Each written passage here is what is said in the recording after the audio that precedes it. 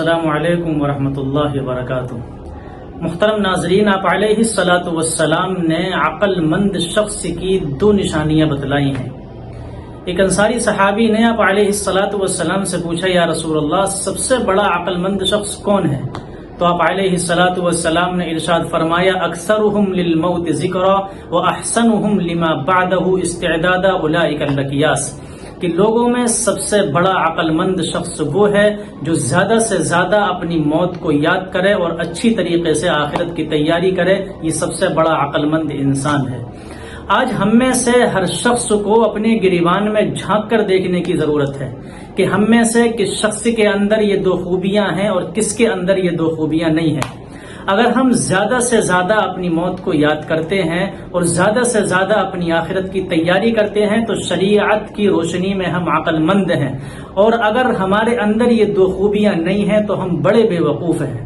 اب ہم چاہیں کتنے ہی بڑے عالم کیوں نہ ہو، کتنے ہی بڑے ڈاکٹر، انجینئر، پروفیسر اور کتنے ہی بڑے تاجر کیوں نہ ہو، اگر ہم اپنی موت کو بھولے ہوئے ہیں اور اپنی آخرت کو بھولے ہوئے ہیں تو ہم بڑے بے وقوف ہیں۔ ہم میں سے کچھ لوگ ہوں گے کہ جنہوں نے آج فجر کی نماز نہیں پڑھی ہوگی۔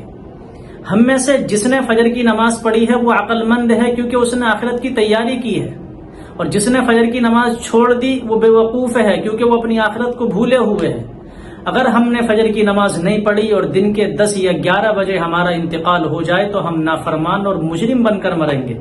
اگر ہم نے عشاء کی نماز چھوڑ دی اور رات کے 11 یا 12 بجے ہمارا انتقال ہو جائے تو ہم نافرمان اور مجرم بن کر مریں گے۔ اور بڑے افسوس کے ساتھ کہنی پڑتی ہے یہ بات کہ نماز جنازہ جو کہ فرض کفایہ ہے، فرض کفایہ کا مطلب اگر کچھ مسلمان اس کو ادا کر لیں تو سب مسلمانوں کی طرف سے کافی ہو جاتی ہے، اس نماز جنازہ کو ادا کرنے کے لیے ہم دور دور تک سفر طے کر لیتے ہیں، اور 5 وقتہ وہ نمازیں جو کہ فرض عین ہیں، فرض عین کا مطلب کہ جس کے ذمے میں فرض ہو گئی اس کو ادا کرنا ہی ہے، ان 5 وقتہ نمازوں کو ادا کرنے کے لیے ہم محلے کی مسجد تک بھی نہیں پہنچ پاتے۔ تو میرے بھائیو، عقل کے ناخن لو اور اپنی موت کو یاد کرو، اپنی آخرت کی تیاری کرو اور 5 وقتہ نمازوں کا اہتمام کرو۔ اللہ رب العزت عمل کرنے کی توفیق عطا فرمائے۔